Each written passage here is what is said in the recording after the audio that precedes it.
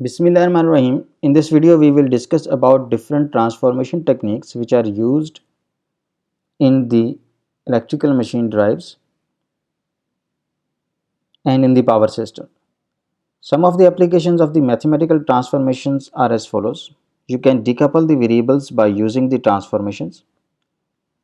Transformations facilitate the solution of the differential equations with time varying coefficients, and they are used to refer all the variables to a common reference frame. The very basic transformation that you would have studied in your basic undergraduate course, that is the Fortescue transformation. This transformation is known as the method of symmetrical components and was developed by Fortescue. So in this transformation, the n unbalanced phasors can be represented by n systems of n balanced phasors. So it uses the complex transformation to decouple the ABC phase variables.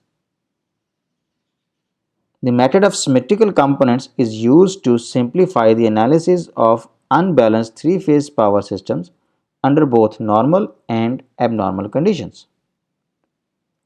It is also used to decouple an unbalanced three-phase network into three simpler sequences: zero sequence, positive sequence, and the negative sequence.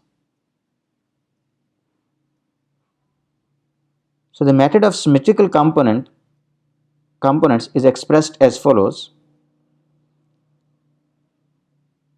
Here you can see this is representing a matrix of the sequence components. This is the transformation matrix, and this is the ABC components.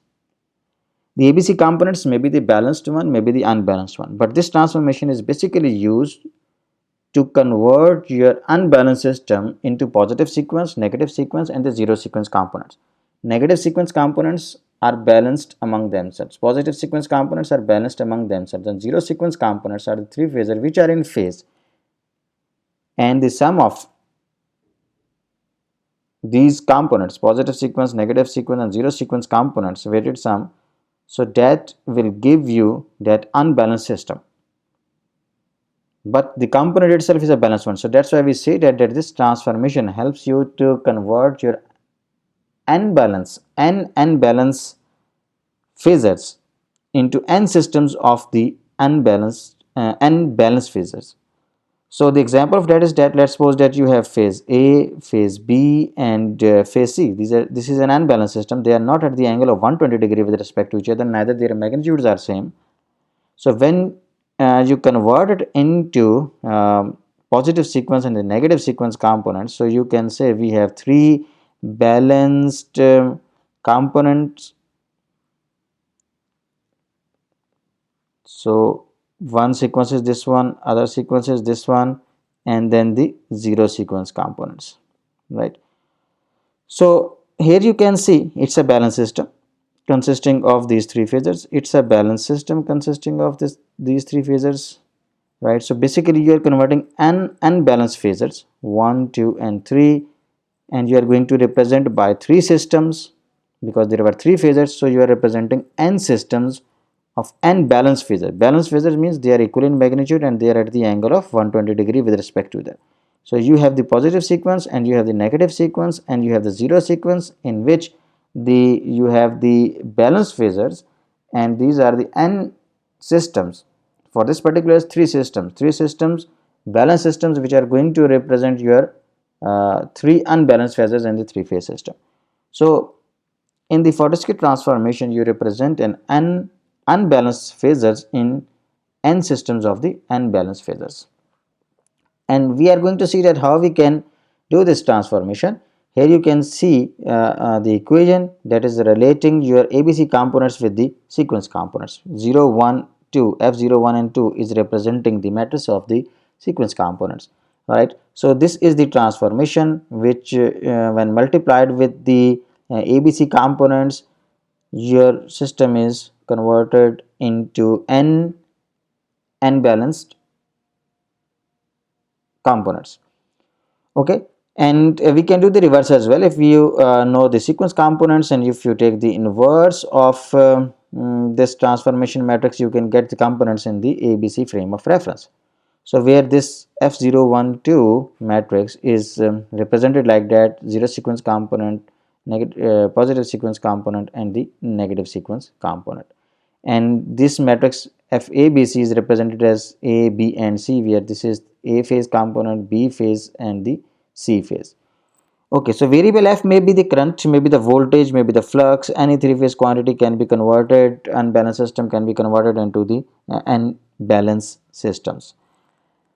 Okay, so what about this matrix? This matrix is given like that. This transformation from, if you want to convert A, B, C parameters into the sequence component 0, 1, 2, then you will be using this transformation matrix 1 by 3 into this one, where this A is basically the unit matrix and is given by this equation: A is equal to e raised power j 2 pi by 3.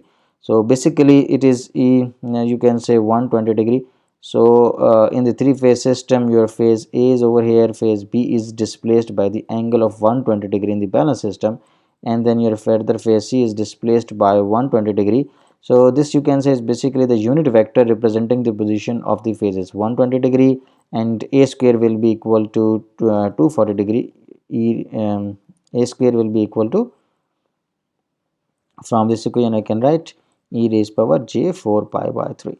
So A square is representing the position of the third phase. This is representing the position of the first phase with respect to the reference one. Reference maybe the phase A, then phase B, and phase C over here. So this matrix is used to convert your transformation is used to convert your ABC components into sequence components. And if you take the inverse of this one, the inverse of this matrix is this one, and this can be used to convert your sequence components back to your ABC components. So this transformation is the Fortescue transformation presented by the Fortescue, and it's very useful in the power system analysis, in the fault analysis, that we convert our unbalanced system into the balanced system. And it is also used in the analysis of the machines as well. Okay, next transformation is the Clarke transformation. In this basically we convert our ABC frame of reference into two-dimensional frame of reference, you can say, alpha and beta over here. So in the, if we consider the three-phase system, let's suppose that I have a winding at phase A, I have a winding at phase B, and I have a winding at phase C, and magnetic field, resultant magnetic field of the stator is going to rotate, right? You are well familiar with the basic operation of the induction motor, that whenever we are going to apply the three-phase voltages to the stator of the induction machine, a revolving magnetic field will be developed, and that space vector will be rotating in the phase. So now if I say what's the voltage, what is the voltage equation of the phase A or the phase B or the phase C? So when the magnetic field is rotating and flux is changing in all the phases, so the flux of one winding is linked with the other winding. Similarly, the flux of this winding will be linked with this one, and the flux of this winding will be linked with all of these. So there is a mutual coupling, and the voltage induced in the phase A depends upon the phase B, depends upon the phase B as well, their positions, their flux linkages, right? So you will have to write the number of equations. Now if we translate this ABC system in the two axis frame, alpha and beta, two phase, you can say phase A and phase B, then the coupling between them will be reduced. This phase will only dependent on this phase, or this will be depending on that this phase, instead of the two couplings in comparison with the ABC system. Phase C was linked with phase A, and phase B was linked with phase A. Similarly, if we consider phase C, A is linked and B is linked over here. So in the case of alpha beta frame of reference, your alpha will be linked with only the B axis component, beta axis component, and the beta axis winding will be linked with the alpha axis winding. So the equations can be simplified by converting your three-phase system into the two-phase system. So that was first presented by the Clarks, and after its name, this transformation is known as the Clarke transformation. In this, the stationary two-phase variables of the Clarke transformations are denoted as alpha and beta. So this is the stationary frame. By stationary frame, we mean that it is not rotating, it is fixed. So let's consider two axes, alpha axis and the beta axis, and these two axes are fixed. Their speed is 0, they are not rotating, they are fixed in the space. So this is the alpha beta axis. So in this particular example, we are going to consider that alpha axis is aligned with the a axis of your ABC frame of reference. So as shown below, the alpha axis coincides with the phase A axis and the beta axis leads the alpha axis by the angle of 90 degree. This is the electrical angle. Okay, later on we will see that a third variable can be introduced, that is the zero sequence component, so that we can go from ABC to alpha beta and then from alpha beta back to the ABC frame of reference. So zero sequence component is introduced to get the square matrix in this transformation, basically so that we can transform in either direction. But basically zero sequence component is not a part of the transformation, right? This is just to facilitate you that you can do the vice versa. And the Clarke transformation is not power invariant. What do you mean by that? That is, the value of the power before and after the transformations are not same. So we will see it shortly in the upcoming slides, that how we can prove that one.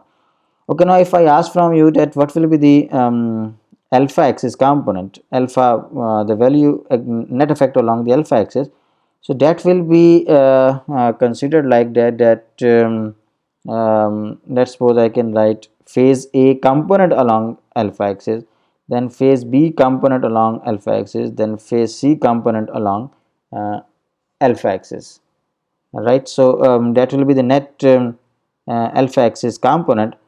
And if you want to find out the beta axis component, so you will take the projection of phase A component along B, phase B component along beta axis, phase C component along beta axis. So the net beta component will be written like that phase A along beta axis, phase B along beta axis, and phase C along beta axis. So by calculating these two, by defining these two expressions, you can find out alpha and beta components, and those will be representing the net effect of your ABC frame of reference in alpha beta frame. And if I say that how it will be represented in this alpha beta plane, so we will be having some alpha component over here, resultant component because of phase A, B and C at some instant of time, and we will be having the beta component. So we can define this point as alpha plus j beta, right, and we can represent it in the form of the vector. So in alpha beta frame we represent that components as the part of the vector. So this is also said to be the space vector representation of the ABC frame of reference. So ABC frame quantities are reflected in the alpha beta frame with the two components, alpha and the beta components, and they form a vector, and that vector is basically is in this space. So we call it the space vector representation of the ABC frame of reference. Now let's quickly look at the equations which are used to represent this system. Okay, so for that let's move to the other notepad. Okay, so now let's draw that is three-phase system and the alpha beta system over here, right? So let's suppose that this is phase A, this one is phase B, and this one is phase C, right? And we are going to consider that this one is the alpha axis and this one is the beta axis, and the space vector is somewhere over here in this plane, and let's suppose that that is equal to is. And you are familiar with the basic equations, that IA is can be written as Im into sine of omega t, IB can be written as Im into sine of omega t minus 2 pi by 3, and IC can be written as Im into sine of omega t minus 4 pi by 3, and they can also be written with plus signs. Okay, so these are the basic three-phase equations, and those can be we are going to translate these equations into alpha beta frame of reference. So these are the function of the time.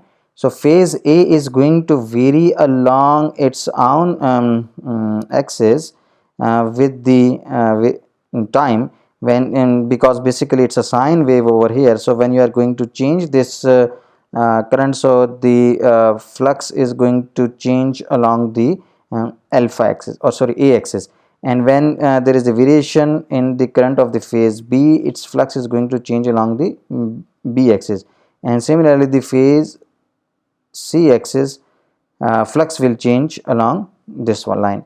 Okay, so basically A axis, B axis and C axis are representing the magnetic axis of these phases, right? Okay, now in this case, at any instant of time, let's suppose that your space vector is at this position, right? Because when you will be changing the time, the position of the space vector will be changing. So at some instant of time, let's suppose that it is going to make the angle theta. And basically this is not important for this transformation. This is just I'm going to explain to you that where that space vector will be there. Basically we are looking for the transformation from ABC to alpha beta frame of reference, and in this case we are going to consider that alpha and the beta, they are at the angle of 90 degree with respect to each other, and the alpha axis is aligned with the phase A. So it means if I write down the components of A, B and C along the alpha axis, so what will be the alpha axis? Alpha component will be equal to, as I discussed earlier, alpha part projection of the phase A over the alpha axis, then the projection of phase B over the alpha axis, then the projection of phase C over the alpha axis. So how we can write that one? You can see in this diagram that the whole of the phase A is aligned with the alpha axis, so it is completely projected at the alpha axis. So how we can show it? That it is equal to whatever is the magnitude along phase A into cos of 0. Cos of 0 will be equal to 1, means that it will be completely projected along the alpha axis. Then looking at the phase B, taking the phase B projection along the alpha axis, so what is this angle? 2 pi by 3 plus 2 pi by 3, so that is equal to 4 pi by 3. So that will be projected along the alpha axis by cos 4 pi by 3, and the phase C will be projected along the alpha axis by considering this angle of 2 pi by 3 over here, right? So I can write it like that, C cos 2 pi by 3. And similarly, now if I take the projections of the phase A along the beta component, so you can you will have to use this angle. So if you are going to use the cosine function, then cos of pi by 2 will be basically projecting your phase A over the beta axis. So I can write it like that, that this is A cos of 90 degree plus B cos of 4 pi by 3 plus pi by 2. Why? Because this angle is 4 pi by 3, and then further further pi by 2 to get the projection of this one along the beta axis. So all the angles will be considered in the same direction. And then the phase C will be projected by this one, cos of 2 pi by 3 plus pi by 2, right? So you can also write that one like this, that it is equal to this part will be 0, and this part can be represented in terms of sign as well, minus b sine of 4 pi by 3. You can write it like this, minus c cos of sine of 2 pi by 3, right? So if you simplify this one, if you write in terms of the values, so beta will be equal to 0, 0 into A, with A phase, no contribution of the phase A at this point. This will be equal to minus 1 by 2, sorry, I am writing for the B phase, beta axis. So it will be under root 3 by 2 into b, and then it will be minus under root 3 by 2 into c. So beta axis component will be represented by this equation, and from this equation we can write down the expression for the alpha axis component. So alpha axis will be equal to 1 minus 1 by 2 cos 4 pi by 3 minus 1 by 2 into b, and minus 1 by 2 into c. So alpha axis component will be given by this equation. So using now these two equation 1 and the equation 2, we can quickly write down the transformation matrix from phase ABC system to the alpha beta system. So just first of all write down this equation. Alpha is equal to this is basically A. Okay, so 1a minus 1 by 2 b minus 1 by 2 c, and the beta is equal to 0a under root 3 by 2b minus under root 3 by 2c. So I can write these equations like that: alpha beta, that is equal to 1 minus 1 by 2 minus 1 by 2, and over here 0 under root 3 by 2 minus under root 3 by 2 into a b c. So now this is basically the transformation matrix. Let us call it T A B C, and this is the matrix when the angle between your alpha beta frame of reference is 0 uh, from the ABC frame of reference, or you can say your alpha axis is aligned with the A axis. In this particular case, this matrix will be there. So now this will give you alpha and beta components, and using that alpha and beta components you can represent the space vector that is equal to alpha plus j beta, right? And you can also write down this matrix like that, that this space vector is, that is equal to I alpha plus j I beta if you are considering the currents. So we can write it like that, that this is equal to IA e raised power j0, its unit vector, plus IB into e raised power j2 pi by 3 plus IC into e raised power j4 pi by 3, because you are basically taking the projection of phase A over the alpha axis, phase B over the alpha axis, and phase C over the alpha axis. So that is related with the cosine terms and the sinusoidal terms. So you know that the cos of theta plus j sine of theta, this is equal to e raised power j theta. So you can use the Euler identity to represent that one as well. So if you look at these two equations, phase A equation over here, so from here what you can say, beta is basically the imaginary axis, so cos of 4 pi by 3 minus j sine pi by 3, right? And similarly over here cos of 2 pi by 3 minus j sine 2 pi by 3. So that is going to make the unit vector, and you can write it like this, right? So the space vector can be evaluated using this expression as well. Okay, now if the ABC frame of reference and the alpha beta frame of reference are at certain angle, let's suppose that this is the alpha and the beta axis, right? And your phase A is somewhere over here, and phase B is somewhere over here, and phase C is somewhere over here. So let's suppose that this is angle theta, and this is phase A, B, and C. So the phases are displaced at the angle of 120 degree with respect to each other. This is 2 pi by 3, this is 2 pi by 3, and this is 2 pi by 3.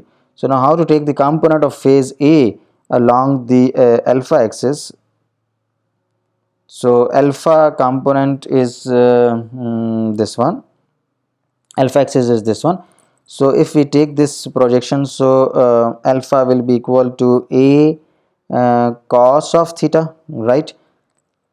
This is the angle between this one, and then the phase B, B will be the, if you look at the total angle from phase B to the alpha axis, so that is equal to 2 pi by 3 plus theta. So that is equal to 4 pi by 3 plus theta, and then for phase C, cos will also be there over here.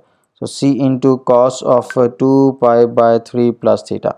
So alpha is equal to this one, A cos of theta plus B cos of 4 pi by 3 plus theta plus C cos of 2 pi by 3 plus theta. And now let's look at the beta component. Beta component will be equal to okay, so we are going to take the projection of this phase A over the beta axis. So this will be equal to, in terms of cos, the angle between alpha and beta, that is equal to pi by 2. So pi by 2 plus theta.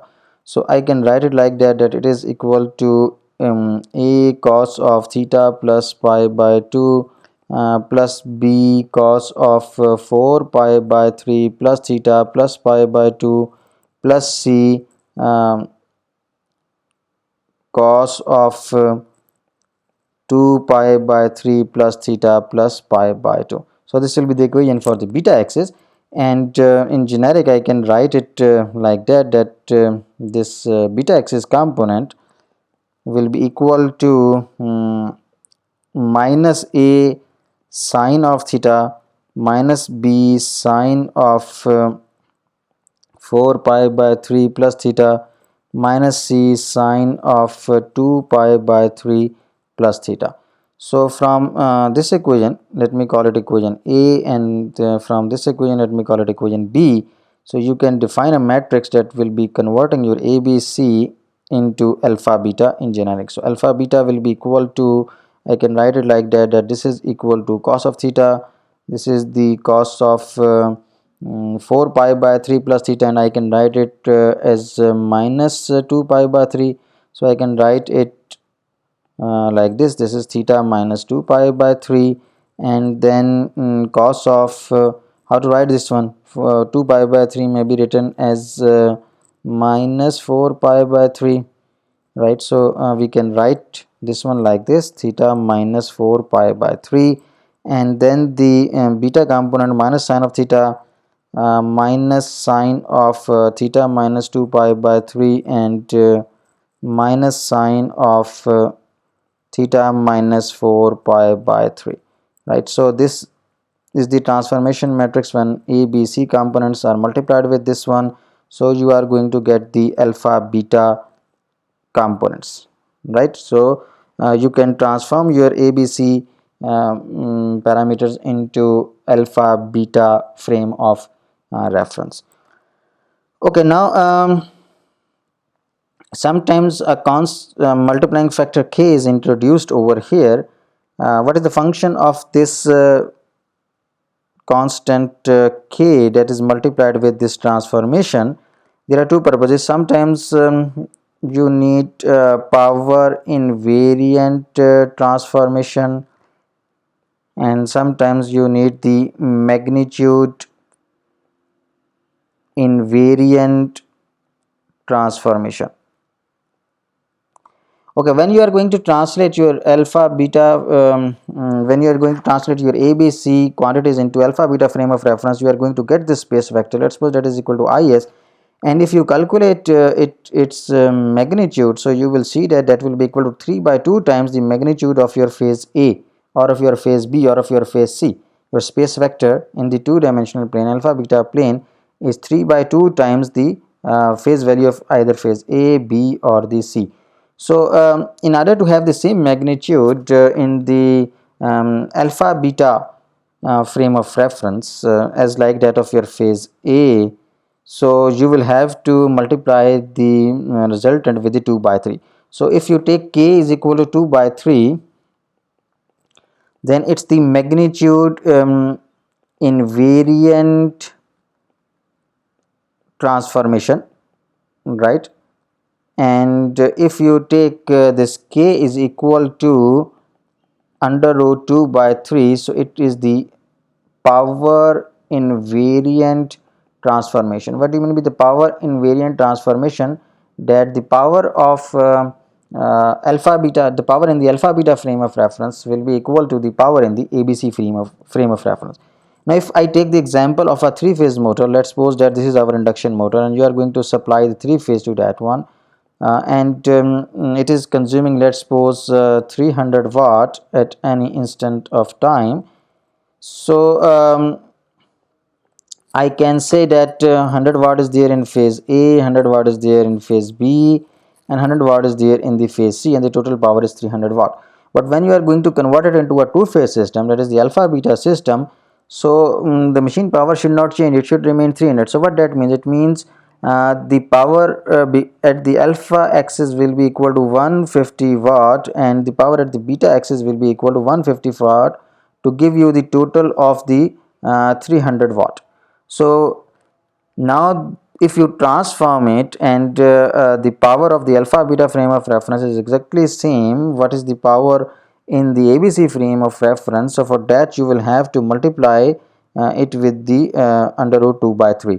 And if you want to keep the magnitude constant, whatever is the magnitude in ABC frame of reference, same magnitude will be there in the alpha beta frame of reference of the space vector, then you will have to multiply it with 2 by 3. So otherwise this k is not the part of the transformation, this is just to make either the magnitude invariant or the power invariant, right?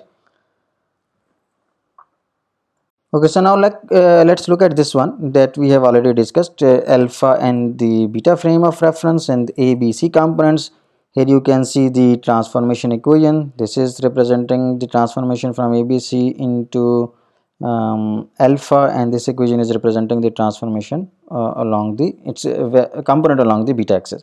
And we can write it like this for the particular case when the theta is equal to 0 degrees. So we usually keep our alpha axis and the a axis aligned with each other in order to simplify the calculations, because in that case you will be getting a constant matrix that is defined by this equation.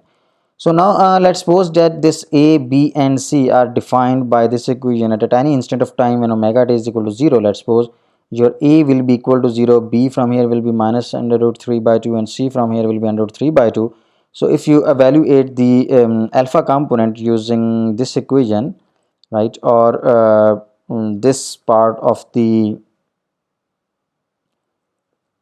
matrix, so from here you can write down that alpha is equal to this one, and if you evaluate it for these typical values, right, so this will be equal to 0. So alpha component is 0. And what about beta components? For beta component you will have to use this one multiplied with this, so you will be getting minus 3 by 2. And if you look at that alpha plus j beta, that is a space vector, so that will be equal to 0 minus 3 by 2 j, and that can be written like that, 3 by 2 with the angle of minus 90 degree. So it means at this instant of time your space vector will be positioned at minus 90 degree in the alpha beta frame of reference. Similarly, if you consider omega t is equal to pi by 6, so at that time if you look at this equation, this will give you a equal to 1 by 2, b will be equal to minus 1 from this equation, and the c will be equal to 1 by 2. So if you look at the alpha and beta components, so alpha and beta components will be like that, 3 by 4 and minus 3 under 3 by 4. So if you represent it in the form of vector, this will be alpha plus j beta, and that will be given by this equation, and finally it can be written like this. So what you can see over here, that you can see that at omega t equal to 0, our space vector was at this position, that it was over here having the magnitude 3 by 2 and the angle minus 90 degree. And when you have changed omega t equal to pi by 6, it means in the time you have progressed, so your space vector is changing the position, it has moved to this one, it has covered the distance of what we can see 30 degree, because the new angle now you can see is minus 60 degree from this equation. So your space vector has changed its position and its magnitude is same, 3 by 2. And what is this 3 by 2? 3 by 2 of your if you look at the ABC what we have considered over here, so what is this one? This you can say 1 with angle 0, this you can consider 1 with angle minus 120, and the other one with angle with minus 240, right? So theta you can have plus minus 120, you can have 1 with angle 0 degree plus minus 4 pi by 3 depending upon the sequence. So over here I have considered the minus 2 pi by 3 and minus 4 pi by 3. So if it is considered the 0 degree with respect to that, this is at 120 degree or minus 120 degree, it is at 240 degree or minus 240 degree, right? So what is the magnitude? Magnitude is equal to 1. We have considered 1 over here. You can see the peak value is 1, so its magnitude is going to be 1. So what you are going to get from here, 3 by 2 is the magnitude of this space vector, that is equal to 3 by 2 times the magnitude of one particular phase. So in order to get the same magnitude in the alpha beta frame of reference, if we multiply this 1 with the 2 by 3 alpha plus j beta that you have obtained through the transformation, so you will get the same magnitude, that is equal to 1. So that's why over here we say that when the k is equal to 2 by 3, so your transformation is magnitude invariant. That means the magnitude of your space vector will be equal to the magnitude of the one particular phase in your ABC frame of reference, either phase A, B or C. Their magnitude was equal to 1, and the alpha beta component and the space vector magnitude is equal to 1. So if you take k is equal to 2 by 3, that you can now see from this equation that is over here, that if you multiply it with 2 by 3, so you will get the magnitude equal to 1. So that's why we are going to multiply it with the 2 by 3 in the transformation. So now let's move toward this one, and if you look at this Clarke transformation that we were discussing, so you can define a transformation matrix. When multiplied with the A, B, C, you will get the alpha beta component. So we have seen this one over here, but one more thing that is to be noted over here, we have seen that alpha beta equations are like this one. This is the equation for the alpha axis, this is the equation for the beta axis, and what's the order of this matrix? It is 2 cross 3. So the inverse of this one is not possible, it is not a square matrix. So now if I ask from you that if I have alpha beta components and translate it into ABC components, so you cannot translate with the help of this matrix because it is not inversible at the moment. Its order is 2 cross 3. So in order to make it inversible, you will have to make it a square matrix. So for that we take the advantage of the zero sequence components. So from the power systems point of view, I assume that you are familiar with the zero sequence component. So zero sequence component can be represented as VAN plus VBN plus VCN divided by divided by 3. So we can write it like that: VAN by 3 plus VBN by 3 plus VCN by 3. Okay, so now we can introduce this one in our matrix just to make it a square matrix, and we can make it inversible. Okay, so we alpha beta, we should write simply alpha beta, and the equation for this one are like this. We have if I talk about the constant part, considering theta is equal to 0, so then the first entry is 1, then next is minus 1 by 2, then this is minus 1 by 2, and this entry is 0, under root 3 by 2, minus under root 3 by 2, and over here you have A, B and C, right? So you can convert it into alpha beta, and I have written basically this equation considering theta is equal to 0. However, if the theta is not equal to 0, then what will be the set of equation? So for that I can quickly write it over here. Let's write it with a different color: alpha beta, and this one will be equal to cos of theta, this one will be equal to cos of if I look at theta minus 2 pi by 3, theta minus 2 pi by 3, and cos of theta minus 4 pi by 3.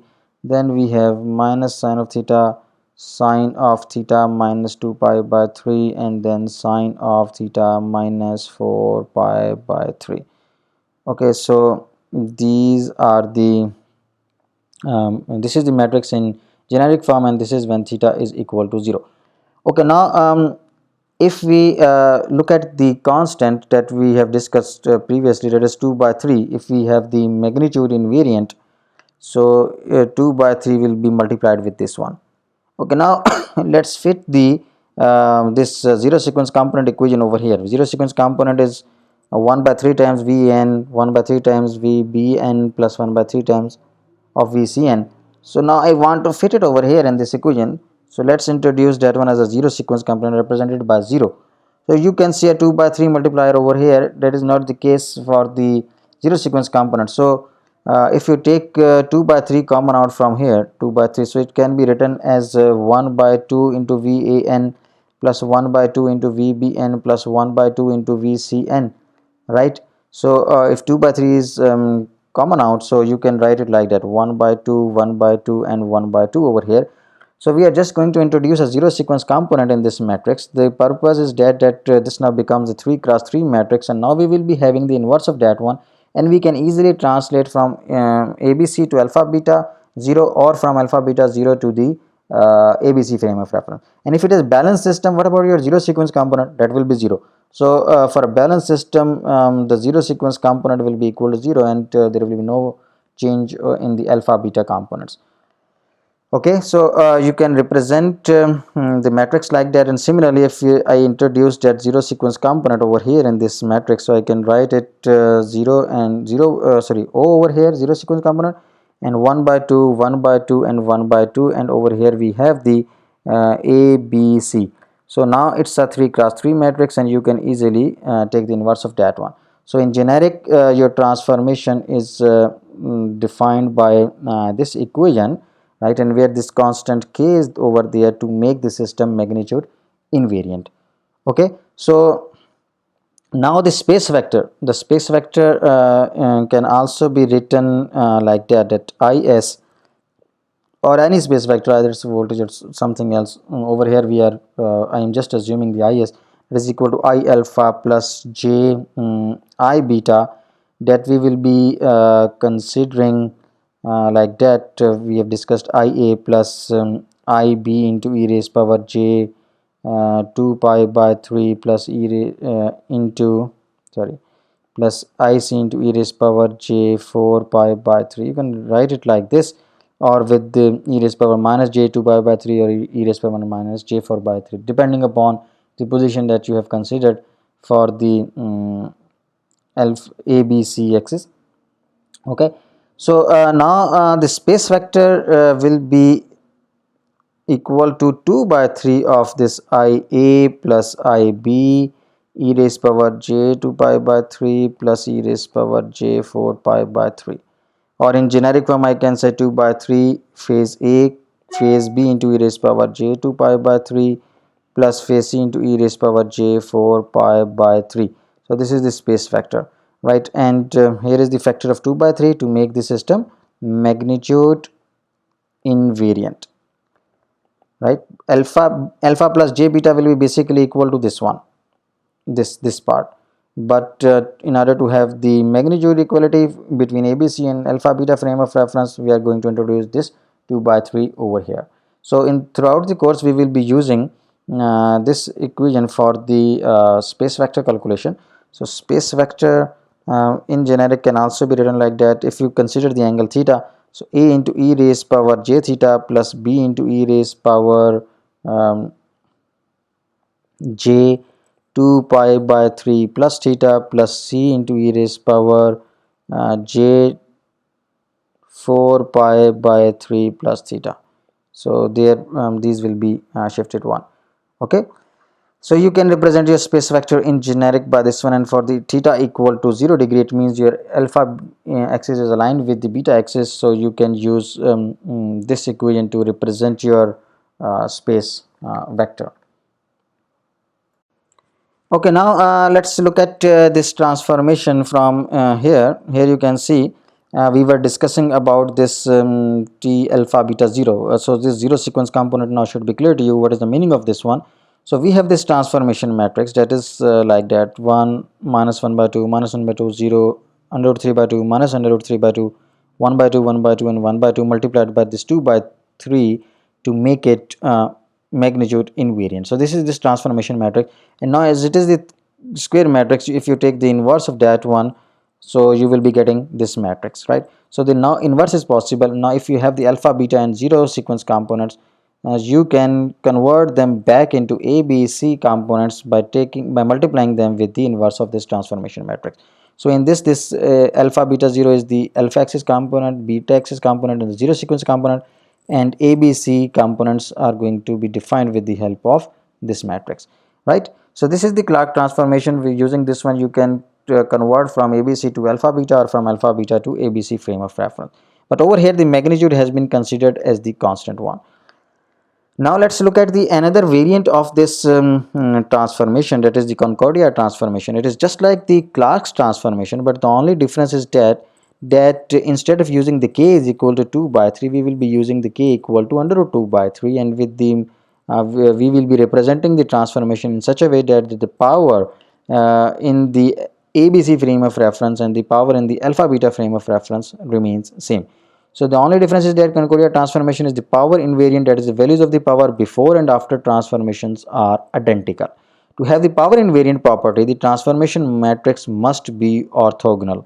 See, a matrix is orthogonal if its inverse and if its transpose are the same, that is M inverse is equal to M transpose. So if that is the case, then your matrix is the considered as the orthogonal, and shortly we will see that if this transformation is orthogonal, your power values in the alpha beta and the ABC frame of reference will be same. So here you can see the Concordia transformations expressions. So if you have the ABC frame of reference quantities, you can convert them into alpha beta 0 by multiplying this transformation matrix, and this transformation matrix is given by this equation. Now in this you can see these are the previous ones, there is no change, but the only thing that is changed over here is this part, right?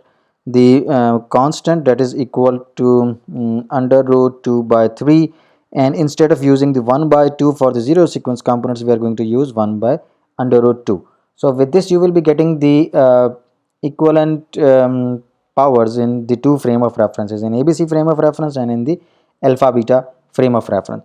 And now if you take the inverse of this transformation matrix, if you take the inverse, so you are going to get the same the transpose of this matrix. So if you look at that one, let me call this matrix M. So this is equal to M transpose. So M transpose is equal to M inverse. So this matrix is orthogonal. So because of this, now you can see that or we say that when we need the power invariant, this transformation matrix should be the orthogonal matrix. So now let's quickly look at this example. Consider a balanced three-phase system with the ohmic load, and we want to show that the Clarke transformation is not power invariant and the Concordia transformation is the power invariant. So considering the ohmic load, let's suppose that these are the voltage expressions: Vm cos of omega t, Vm cos of omega t minus 2 pi by 3, and Vm cos of omega t minus 4 pi by 3. And if you consider the ohmic load, resistive load, then the current will be in phase. So current equations will be like these ones: cos of omega t minus 2 pi by 3, and cos of omega t minus 4 pi by 3, because of the resistive load. Okay, now let's suppose that omega t is equal to 0. So if omega t is equal to 0, so what you will be getting from here? VA will be simply equal to VM, and VB, now you can calculate that will be equal to minus 1 by 2 Vm, right, and Vc will also be equal to minus 1 by 2 Vm. So by taking omega t equal to 0 in this equation, this part is equal to 0, and if you evaluate, you will be getting these values. And similarly you can evaluate for the current for omega t equal to 0, so that will be equal to this will be simply equal to Im, this will be equal to minus 1 by 2 Im, and this will be minus 1 by 2 into Im. So we have these quantities at omega t equal to 0. So that you can observe over here, the voltages and the currents. Now what will be the power in ABC frame of reference? The total power in ABC frame of reference will be given by this expression, that is the product of V and IA plus VB and IB plus VC into IC. These are the instantaneous values. You have just sampled at omega t equal to 0. You can sample it at omega t equal to pi by 3, omega t equal to pi by 2. Any point you can sample it. So at one particular step of time, this is the situation, and if you simplify this one by taking the values, this one is equal to Vm and this is equal to Im, and this is minus 1 by 2 Vm into minus 1 by 2, so this will become 1 by 4 Vm into Im, and similarly this can be written as 1 by 4 Vm into Im, so their net sum will be equal to 3 by 2 into Vm into Im. So in ABC frame of reference, this is the total power at certain instant of time.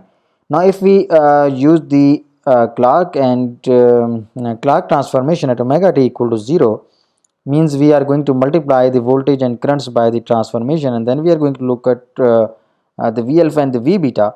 So let's quickly go back and look at this equation. We are basically using this equation. So we are multiplying voltage VABC that we have calculated at one particular instant of time, and that is considered over here, and when multiplying this transformation matrix you will get V alpha and beta and the zero sequence component. So that is obtained, and that is equal to Vm0 and 0, and the I alpha, similarly if you apply the transformation over the current, so I alpha will be equal to Im, I beta will be 0, and I naught will be equal to 0. So now if you look at the power and the alpha beta frame of reference, what it should be, V alpha I alpha, right, alpha axis component, then V beta into I beta, beta axis components, and V0 into I0, zero sequence component. The sum of all of these should be equal to the total power. So from here we can see Vm Im, this is the alpha axis power, at the beta axis it is 0, and the zero sequence power is 0. So what is the total power? That is Vm into Im. So now you can observe that the power over here was 3 by 2 into Vm into Im, and the power over here is simply Vm into Im. So therefore it is not power invariant. Power in ABC frame of reference and the power in the alpha beta 0 frame of reference is different, because we have used 2 by 3 over there, right? And however it's a magnitude invariant. If you will look at the magnitude of the phase A voltage, then you will be getting it the same as that of the alpha axis. So Clarke transformation is not power invariant, right? So now let's quickly look at the Concordia transformation. So in that you will observe that you have the power invariance. So your phase A voltage, B voltage, C voltage, currents.